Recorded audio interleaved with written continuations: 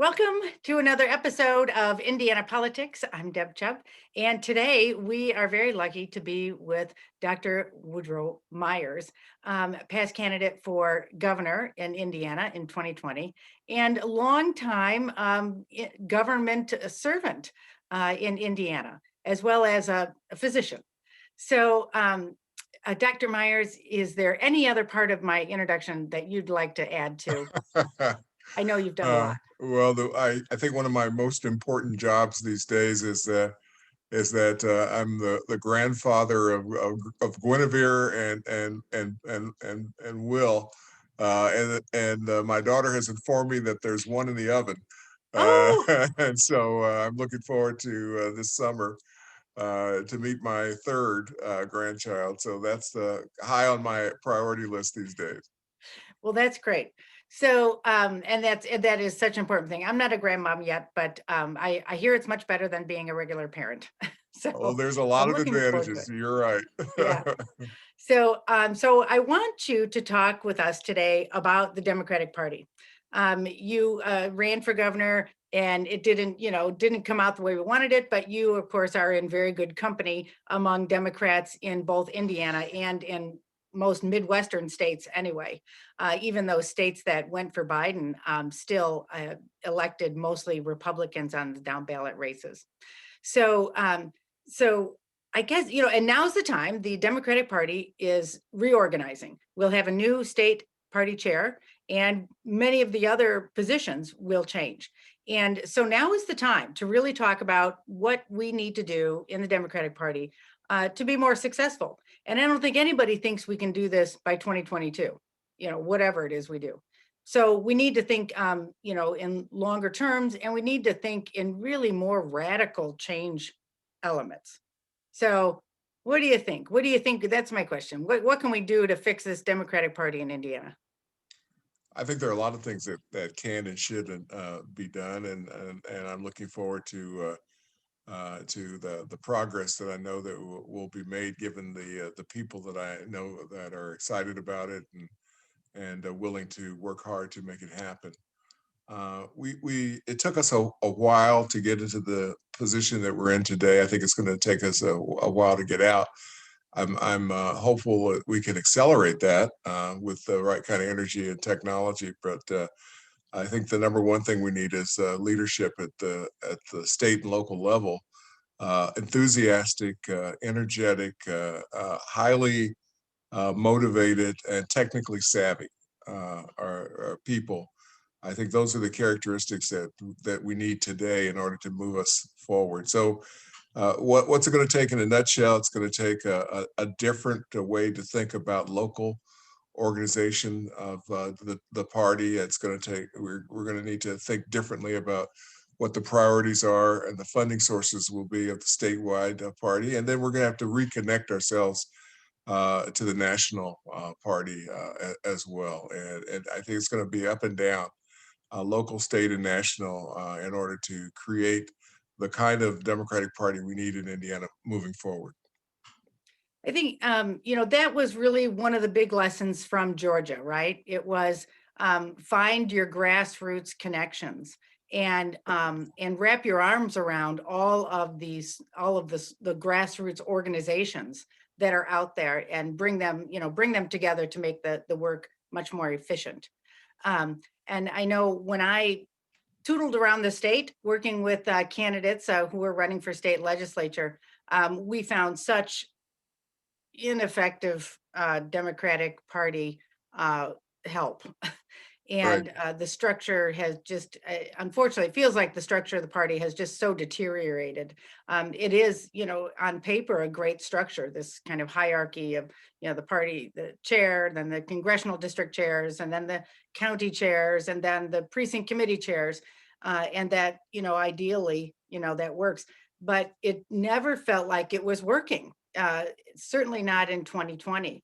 Our experience was that precinct committee chairs were not engaged at all, and at the county level, the same kind of thing.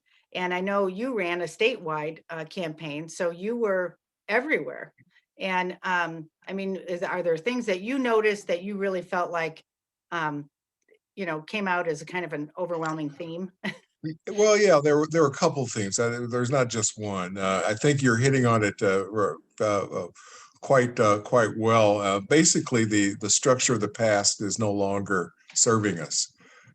This reliance on committee precinct people that may or may not be dedicated to the job and may or may not have the expertise to carry out what we need today. The overlapping jurisdictional or geographic-based groupings of congressional districts, which of course in Indiana means that they're gerrymandered and they're in these bizarre shapes that cross counties and in incredibly obtuse ways that really are designed by the Republicans to optimize their vote per district.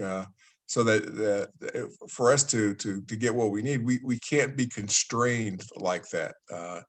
Uh, we also, I think, need to embrace the fact that the party is no longer the only way to be a Democrat, in the sense that there are many groups. Hoosier Women Forward, for instance, Nasty Women of Indiana. Notice that women is Yep, a 25 frequent name women for 2020. for, Yes, that's so is my group. Yep. yeah, those entities played a huge role in 2020, and they were really never fully embraced, I don't think, by the state party. And so, I think that there has to be, we like to think of ourselves as a big tent, but you got to include folks that are of like-minded, politically astute people under that tent, and not just have a strong a structure that has no it's like having a frame of a house but the plumbing doesn't work, the electrical system is out of whack. We got to make it a structure that allows both for the needs on a county basis or a district basis, but in addition embraces the groups that have emerged in the last decade, especially as real entities that can contribute to the state's success. I've been very impressed by the young people that I came in contact with through the college Democratic clubs, for instance. That should be a main stay of what the Democratic Party in our state embraces and encourages and facilitates. And I just know that of course they are the future, and they are very, very energetic, good people. They need a place at the table. They don't seem to really have one today in the way that I think we need. So I'm very hopeful, and I guess I'm also cautiously optimistic that if Mike Schmuel gets the job, and I heard your great interview with him. I think he has the talent to make this all happen and bring a new level of sophistication and energy to make our tent stronger. Well, let's hope. And there is another candidate too. Trish Wick comes out there. She has a long history in Democratic politics too, and she's done great work. She was very supportive of all of these women's groups, and I will say that. I think that's a special thing that she deserves some credit for. Our group, 25 Women for 2020, as well as Indiana Nasty Women and others, really worked outside of the party, like you said, and were never really invited or even acknowledged to participate. And so I like your idea of really embracing these groups. And I will tell you, I'm going to give you a little proposition here. In our county, we developed. Not that it was accepted or will happen or whatever. We were like in many counties. Okay, let me back up. There's this dynamic out there that I keep thinking is so intriguing that I wish people would talk about more. And that is that in every county, there's a county party. That county party, when it becomes inefficient or ineffective, Democrats who are eager to do stuff, they create a club in the county. So then there'll be this Democratic club. Well, and then that club will be out there. And then someone will say, well, I want to start a club. So now there's two clubs plus the party. And in some counties, there's more than that. There's, clubs for a city and a club for women. And in our case, we have a club for progressive Democrats. So, and it's because there was no, embracing of the big tent, like you suggest. So, so what happens then is if you've got these fragmented, Democratic efforts in counties that are duplicating work, not on the same page, not very organized, perhaps all leaning on, get out the vote when some of them should be leaning on, voter registration. And so what we proposed, our Progressive Dems Club in our county, was that county leaders, and I don't know, this possibly could be scalable to the state level, that county leaders create a cabinet. And the cabinet is made up of team leaders, and each of those teams are things like one is, get out the vote, one is voter registration, one is community service activities, one is constituency liaisons to engage with constituencies year round. One of them is, data management. Someone who's working on managing van for the county and for all the candidates in the county, etc. So that you spread the work out more efficiently and hopefully more effectively. So what do you think? Do you think that's a possibility at the state level? So instead of like the central committee being full of these congressional district representatives, it would be a cabinet of team leaders. What do you think? Well, I think there are a lot of different organizational possibilities. You got to find a way to create a leadership group that is of the right size and mindset. That's the most important, I think, characteristic. Whether they are geographically based or issue based, or by virtue of their union status or their other affiliation, irrespective of those, that you've got to get the right people. And so I think we have to be flexible, number one. Number two, I think that flexibility implies the lack of rigidity. In other words, there are going to be some counties where you got lots of energy, like St. Joe. And then there are going to be surrounding smaller rural counties where there's virtually no energy, and that they need to be brought along.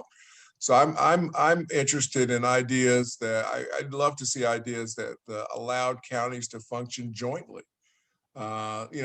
We forget that the reason the counties were created the way they were created back in the 1800s was that the center of the county had to be no more than one day's horse ride to the border of the county. That was the basis for what a county, how a county was created. The internet and the interstate highway system has obliterated that rationale. Yet and still, here we are in 2021, basing major decisions on whether you're on this side or that side of XYZ creek or street, because somebody over 100 years ago, 200 years ago, decided that this was a good way to create a border. So we had to get our minds into this century's technologies and embrace new and better ways to think about how we are organized. Well, Edie Hardcastle, one of, I will say a handful of great county chairs in Indiana, is down in Vanderburgh County in Evansville. And she created this, she didn't create it, but she brought it to Indiana, this terrific program called Neighborhood Leadership Program. And the idea is that the structure is, almost comically similar to the precinct committee chair structure, but it is much smaller. So each neighborhood leader really is responsible for up to 35 homes. In a precinct, there could be 700 homes. So it means you need a lot more volunteers. She needed 300 in her county to manage all of these neighborhood, districts that she had created. And it also requires that neighborhood leader to do year-round relationship building activity. So the benefit is, that, people really know this small neighborhood very well. we think that precinct committee chairs should know when kids are turning 18 in their precinct. That's just not possible. There's just too many people. And in this, in a smaller area, you could do that. You could expect these neighborhood leaders to know when someone is going to turn 18 and is ready to register. When someone moves, when someone moves in, someone moves out, and you talk to people enough to know who might be willing to do democratic volunteer activities, and you talk to them more. And of course, as we expect precinct committee chairs to ensure that people in their precinct are familiar with the democratic candidates. Well, again, I just don't know if that's really possible. So the idea then, of course, is to just have this much smaller district, where democratic leaders are working year round, developing relationships with the Democrats in their neighborhood. And then the other part of that program is really the data, because people are developing these relationships with Democrats in their smaller area. They're able to really, create more rich data on Democrats. So you know more about the voter, and you can use that data to help you get materials to them, to understand what issues are resonating in your area, and to help candidates, connect with the voters. So, what do you think about that idea? Well, I think what you're doing, or you're outlining a number of tactical options Mhm. that can and should be considered as this reorganization takes place. I think that the tactical needs to follow the strategic. In other words, I think we need to think through what are the organizing principles for Indiana Democrats in 2022, and what do we care about? I mean, if you what does the man or woman on the street think that the Indiana Democratic Party stands for? What is it that we believe that's different from what the current administration believes in the state of Indiana that we ought to have done differently? What are our priorities versus the current priorities? I mean, those are the kinds of things that I think will get that person on the street excited. I mean, there's a solid, I think, 30 to 35% of Hoosier adults that are always going to vote Democratic. They were brought up that way. They are likely to stay Democrats their entire life. They are the core, the base. They are the worker bees. They are the people that are going to follow the strategic plan and execute on the tactics. But in order for us to be successful, we've got to find a way to energize and attract that next third that can go both ways. That's the sort of center of the political uh, uh, uh, uh, environment in our state. And of course, my progressive friends will immediately think, "Oh my God, you're gonna try to move to the center. You're gonna abandon those things that we believe are most important." And they're going to be worried about that. But the fact of the matter is that you got to get a majority of the votes to win. And to get a majority of the votes to win, you have to have ideas and plans that are attractive to the majority of voters. And that's where we haven't spent enough time. Indiana is not California. We can't go in with a platform that's going to be similar or too similar to what our friends in San Francisco and Los Angeles have put together. We're not New York. We're not Maryland. We're closer to Georgia in many respects, for instance, and we're closer to Kentucky. We're closer to Michigan. And guess what? They all have leading Democratic parties that have been successful, whereas we have not. What can we learn from them? How are they doing things? One of the things that we I think we are far too provincial in Indiana. If it wasn't invented here, if we haven't done it for 20 years, then it can't be any good. So I just think that's wrong. We got to be willing to look at what has worked elsewhere. Look what's I give Stacey Abrams a lot of credit, a Mhm. lot of the credit for turning Georgia around. I just think that she has done a phenomenal. She has saved the United States Senate, she and her She did. colleagues, right? That's right. And has given Joe Biden the opportunity to get things done. If Georgia hadn't come through for us as a party in January, look where would we be today? It would be a very Mitch McConnell would be doing the same things he's always been doing. It would be a very different scenario. So I think we got to look at what did Stacey Abrams do? How did she make that happen, and what lessons can be applied to Indiana? What was the change that took place in the Georgia Democratic Party that enabled Georgia to accomplish what it did? I think we ought to really look at how Gretchen Whitmer is doing and Brashear in Kentucky. I mean, they're our next door neighbors. Yeah. And then Pritzker next door in Illinois. Look, we're surrounded on three sides by Democratic led states. What did they do to get themselves into that position that we could copy? Or that we could create an Indiana version of that. And that's where I think we've been lacking. We haven't really thought strategically as a state. We kind of, oh, this is the way we've done it. We just need to tweak it a little bit and do it a little bit better. One of the groups that I was involved in back, I would say 5-10 years ago, was called Indiana Democratic Victory Committee. That was a group that was established by a lot of folks that wanted to spend money to secure funds and spend them on candidates that we thought could win. And basically, it was doing the job of the Indiana Democratic Party that the Indiana Democratic Party wasn't doing. Right.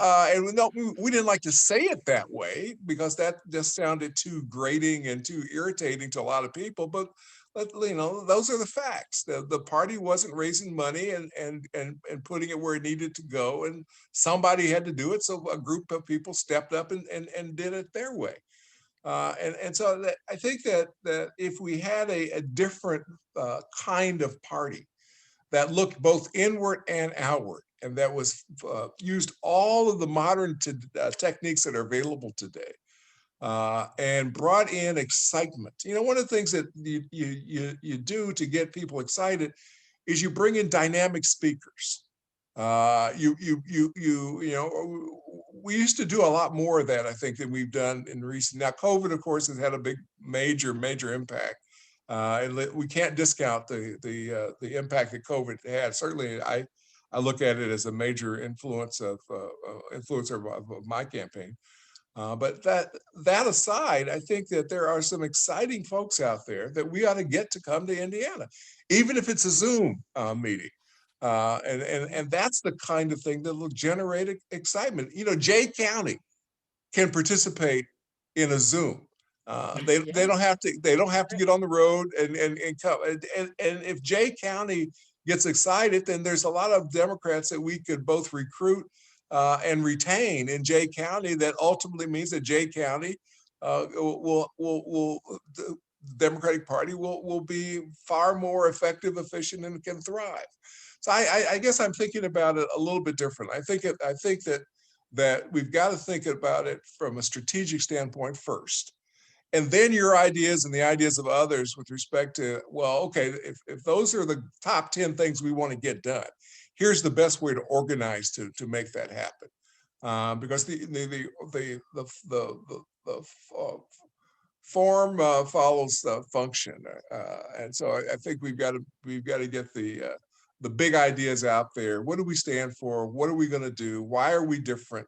What's wrong with our state that we know can be fixed, and get people excited about doing that before we get the details of how we wish to reorganize done. I think you're right. I think, and much of what, I think what you're talking about is really, what everyone wants to put in messaging. When you bring up Stacey Abrams, everyone wants to compare it. And a lot of people have learned things from her that have to do with, like you say, tactical organizing, getting people on the ground, getting into communities, finding voters where they are, all those things. But that is coupled, it has to be coupled with the right message, like you point out. And so, and their message was really all about, kitchen table issues and what do you need to make your family do better. Mhm. and how can government serve you? And I mean, although it's a good mix of the actual getting out there and engaging, but it also requires the right message. So okay, so here's my question: what is the message? Mhm. Well, it's not just one message. There are many messages, and that's how, well, or why we have to be thoughtful in how we put the messaging together. Indiana. One of the things I did when I campaigned is I got a chance to travel through. I don't remember now how many total counties. We were trying to get to all 92, but then kind of COVID put the kibosh on that. So I have to go back and look. I think we made it to at least 50, but I'm not 100% certain that we had meetings in that many. But nonetheless, I think that, and I'll just continue to focus on Jay County.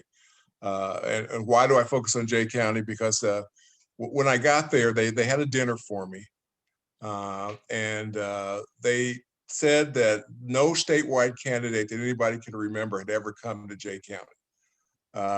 And the folks there, they cooked this very nice. I mean, one of the things I tell people is that I've had chicken prepared every single way that you can fix it. It is the only thing that is absolutely on the menu at every Democratic dinner you possibly could have in the state, and I'm not complaining.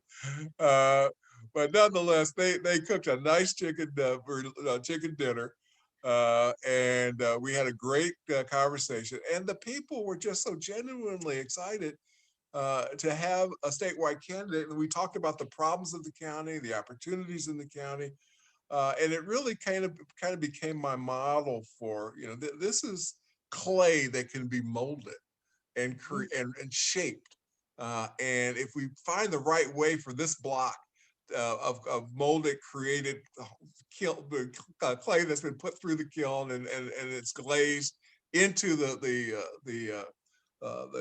infrastructure of our party, then we can have an exceptionally strong party across our state. But we haven't figured out the formula, I don't think, to make that happen. Now, you go to Lake County, or you go to Vanderburgh, as you talked about, you go to Monroe, you go to Marion, it's a completely different story. St. Mhm. Joe, Elkhart, it's a completely different story. I mean, there you have long-standing groups of highly energetic, organized folk that know who's who and what's what, and have very distinct views of what the policy issues from a local perspective are and what they need to fix. So it's a different story, of course, than Jay County. But what we got to do is find the right message, such that the Jay County Democrats can get excited. And it has to be a combination of both local themes and statewide themes and national themes. So that's one big set of ideas. Second set is, I think we have to truly understand the mindset today of the Hoosier voter, and there's some really good companies out there that do terrific analyses of the vote. What in terms of who came out and voted, how they came out and voted, how those votes this time around differ from last time and the time before that, and what the reasons are for those differences. We need a deep dive into the numbers, and that dive will really help us to understand what the dynamic is in our state, and that will help us to crystallize the message in a far better way than we've done in the past. Uh, because we can't just sort of rely on the traditional, and by that I mean we got to do more for teachers. We got to bring back the unions. We've got to stop voter suppression, and all of those things are important. But we can't do it that way and say the same things and have the messages framed in the same way that they've been framed in previous years. We have to figure out what the spin is in 2022 that will make those messages far more real and important to that voter that we're trying to attract that we haven't been able to attract thus far. And I think that the quantitative analysis of the vote. Now, the big red, the big red flashing light that's on this past election, the past two elections actually, is the impact of Donald Trump, and especially here in a state like Indiana. I think that you know it's very easy, I think, to underestimate the huge impact that he's had in the state on voter turnout, and on bringing to the voting booth those folks that are voting with their, what we call in neuroanatomy and medicine, the amygdala, instead of the prefrontal cortex. Now, for anybody on this podcast, they wonder, what is he talking about? The amygdala is a part of the brain that houses what we call the fight or flight reaction. That's where you get your kind of your gut instincts about, this is good for me or bad for me, so I've got to run towards it or run away from it. Whereas the prefrontal cortex, that's the place in your brain where you do the tactical calculations, and that's where you've memorized the various talking points. That's sort of the place where you do your thinking, whereas the amygdala is where you react. And what Donald Trump did is he found a way to tap into the amygdala. One of the fascinating things that I saw in when we looked at the data for the 16 election, was that he still got, I think it was 52% of women after the Hollywood disclosure of what he had said about women, and after all of the exposés on the way he has treated women over the years. That shocked me. How could he still get 52%? Well, What and I were don't know if they? it was all women. I think that might have just been white women. But you're right. I Yeah. think I'm sorry. You could be right that was just Caucasian women, but even then, Yeah, how the hell did that happen? And well, were they thinking? Did they listen to the news? Did they understand what was truly going on in his denials? None of which had, and the way he's treated his wives, and on and on and on and on. What were they thinking? If was this in any way consistent with their best interests? And the way that I explain it to, at least to myself, I don't know if anybody else believes this, but he found a way to tap into that part of their brains, like I said, the amygdala, that basically told them that, hey, look, this guy is going to take care of me, look out for me, give me something that I need. Whereas the other candidate, in this case, Hillary, didn't, or in this last election, where some people said that Joe Biden wouldn't do that. We have to understand that much better than we do as Democrats, and find our way, not to use the same approach that the Republicans do, but find our way to tap into the amygdala. So what are the issues that get you on our side, sort of gut issues, emotional? What is the way that we can bring that level of commitment to us in a positive way that will allow us to get the majority of the votes that we need in order to win statewide? And we haven't figured that out. no. So I haven't answered your question, but what I am doing is describing what we need to do to get the question answered. Okay. Well, Uh, that's something. And I think we as Democrats had hoped that voters wouldn't use that means to vote. They would stop voting right. based on, fear, is basically it, that scared the bejeebies out of people, and again, triggered the amygdala, to just react. And we had hoped that voters would, use their frontal cortex and do a little executive, action and planning, that they, Democrats did, but there just weren't enough of us who Yeah, were thinking things through. And I mean, I'm not I'm not sure how you could do it. I mean, he created that whole fear reaction, based on his ability to create mass chaos. So it you was didn't know that what was going to happen next. he tapped into uh, deeply suppressed, in some cases, feelings about immigration, about race, Yeah, about one's place in society, about loss of prestige, loss of privilege, and the fears around all of those concepts.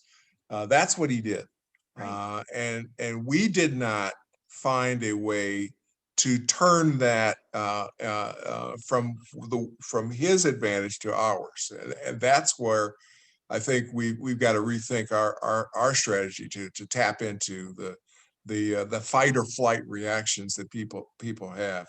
Others, I mean, I got to say that Brashear did it, and Kentucky's not that politically different from Indiana. There are a lot of other issues, a lot of other concerns, a lot of but we've got to think about it differently now. But let's fast forward to 2022 and 2024. In 22, we've got a Senate race coming up. We got some statewide. What is it, Secretary of State, and then Secretary of State, treasurer, treasurer, and then 22, and then 24, we got governor again, and then right.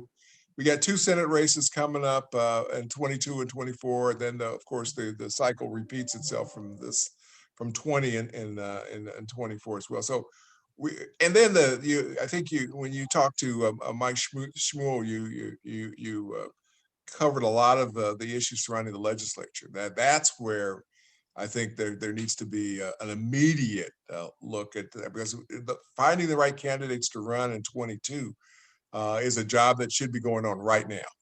One of the things that we often do is those of us who've been candidates, or those of us who are thinking about becoming candidates, is we don't realize that time passes very quickly. Yeah. And you gotta start years before, not weeks or months before. So right now, the party ought to be very involved in helping to think through where are the districts that we have the best opportunity, who are the people in those districts that can deliver those messages, and what are the right messages to concentrate on, and start doing that right now. Yeah, Uh, well, let's hope whoever gets elected, it just hits the ground running with that. Because you're absolutely right. When I started, recruiting women to run for state legislature, I started in April 2019, on that project. And it was a lot of work, and it took a lot of time, and a lot of traveling. And of course, getting women to run is a little more difficult than getting men to run. And so it took more time. And I knew it was going to take more time. I mean, I was very pleased at the end. We ended up working with 29 terrific women candidates. And I will tell you, recruiting people for 2022 is going to be a much tougher slog, because it just looks so awful. The gerrymandering. I mean, we may not even know what the districts are until like right. November. Well, we've got to assume, I think, that the legislature is going to do its best to make the gerrymandering worse. Right. Not and worse for us, better for them. The Supreme Court, I think back a couple years ago, had to decide whether of two egregious gerrymandering efforts, North Carolina and Indiana. They picked North Carolina to say, all right, you got to fix yours. Indiana, we're going to give this one a pass. Right. And so the Republicans are going to try to get as close as possible to doing whatever they can get away with and not get overturned by the Supreme Right. Court. So they're Right. working right now, I'm sure, to figure out what that model looks like. So we have to anticipate that is going to happen, and the only way to overcome it, because we're not going to be able to veto and or alter, and to any major degree, whatever the legislature decides to do. The governor decides to sign. So we've got to be prepared for all contingencies, and that means we got to get the absolute best people right now ready, irrespective of what the ultimate borders of their district will look like, to get geared up right now and get the energy and the money to want to run a successful campaign, and then help them to do it. That was part of what I think we've got to change as well. The state party has to be far more effective in helping candidates, Yes, far more effective. And I'm not trying to cast blame or anything. I'm not trying to make a backhanded statement about my race in 20, but what I'm saying is that there are ways that state parties can help candidates, and Indiana can do a much better job in the future than it's done in the past. And again, this is where I think that two big parts are: how are we going to raise the money, and how are we going to create the programs that allow us to find that sweet spot in the voter's mind to bring us, and then connect the dots with the people that can deliver those messages and do the work. I was just amazed at some of the energy that I was able to see in all of the various women's groups that we talked, primarily women's groups that we talked about. And there are a lot of candidates. They don't know it yet, but there are a lot of women who are in those groups who are going to be and who should be absolutely, candidates. We just absolutely. have to recruit them and tell them that, yeah, it's your time. Mhm. Yeah, you need to get ready. Yeah, we're going to help you to figure out a way to do this. That's right. We need to be encouraging. We need to be thoughtful, and we need to keep them energized and hopeful and optimistic. We could wring our hands and say, "Oh my God, the Democrats in Indiana haven't done anything for I don't know how many years. It's terrible. It's awful. It's never going to get any better. Woe is me." You know, or we get off our butts and do something. That's And right. and I think I prefer the thought of figuring out, each of us figuring out the ways for us to get off our butts and do something, and tap into that group of folk that know that our state's headed in the wrong direction, know that our nation can do a lot better job, know that our counties can do better, and that we can help people in ways that they aren't being helped today. And that's what we got to figure out, how best to do that. All right, that's awesome. Well, we are out of time, but I am so happy that we got to have this conversation. Your ideas are just terrific. We need people like you with novel approaches to reorganizing the party and reorganizing our efforts. And I love your creative ideas on all of this. I think that's what we need. So, all right. So, okay, before we leave, I like to ask any last parting words of wisdom. No, I think we've hit a lot of different topics. It's still there's still time, but not that much. And so, well, at the minute that the election on March 20th, I believe, is over, and we know who our next chairperson is going to be, we need to rally behind him or her, and we need to offer them our support, and we need to get moving. And we need to do so effectively, efficiently, and figure out how we're going to make this happen, because the people of our state at the top of the food chain are doing just fine. They got their big tax break from Donald. They have got all the breaks that have been built into the laws that this legislature and the budget this legislature has been passing now for the last decade. They're sitting on record profits, many of them. Those that are not specifically COVID affected, and there are many industries that are actually doing quite nicely Mhm. in spite of COVID. And their incentive is to keep things the way they are right now. And they're out there today finding their candidates to make that happen. Well, we've got to outdo them. We've got to outthink them. We've got to outwork them. We got to out hustle them. We have to outraise them.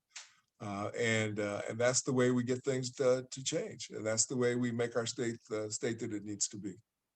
All right. All right. Those are excellent words of wisdom. Thank you so much. And thank you so much for joining me. That is really wonderful. It's so great to talk to you again. I miss talking to you from campaign days. So hopefully, next time we'll do this again.